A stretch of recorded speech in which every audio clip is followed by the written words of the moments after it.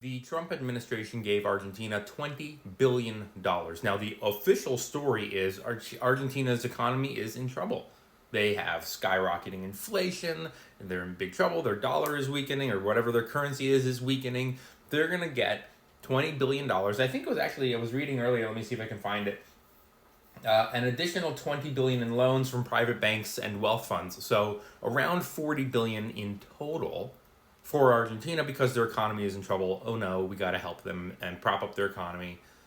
That's the official story, whether you believe that or not, whatever. But the farmers here in the United States are really upset about that, especially the cattle farmers, because they are seeing their prices on the beef go up and up and up. Everything is more and more expensive all of a sudden for U.S. farmers. They're struggling.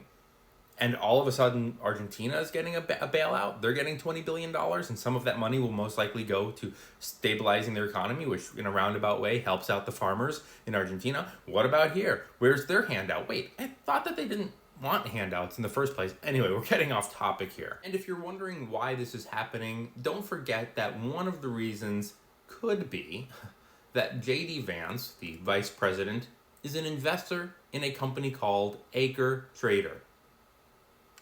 They want to buy your farmland when you're tapped out.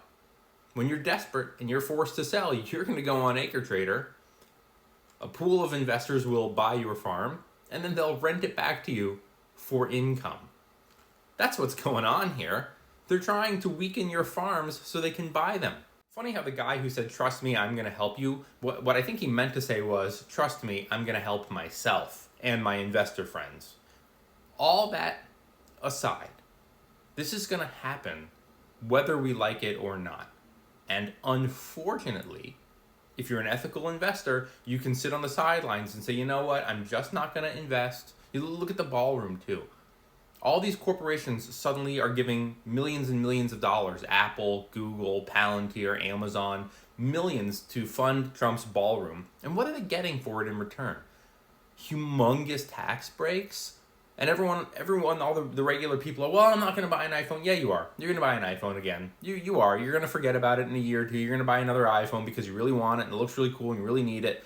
Or you're going to go and buy a Google Android phone. You don't really have a choice, right? Everyone who's saying, I'm not buying an iPhone anymore, Google gave money too. So we can complain about it all we want, but if we choose not to participate as investors, we will never, ever, ever, ever retire. You have to invest. I know you hate these companies. I don't like them either. It's the only way to get the life you're going to want eventually, which is to retire early, work less, spend less, give less to these corporations. Now, some people are going to say, hey, if everyone stopped buying from these corporations and these corporations would cease to exist.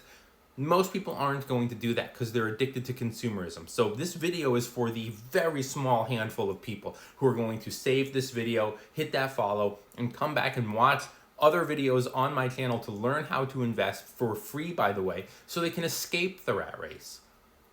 It's going to be a small percentage of people because the vast majority of people will come on and they'll say, I'm never buying an iPhone again. And then in 3 months, they're buying another iPhone again.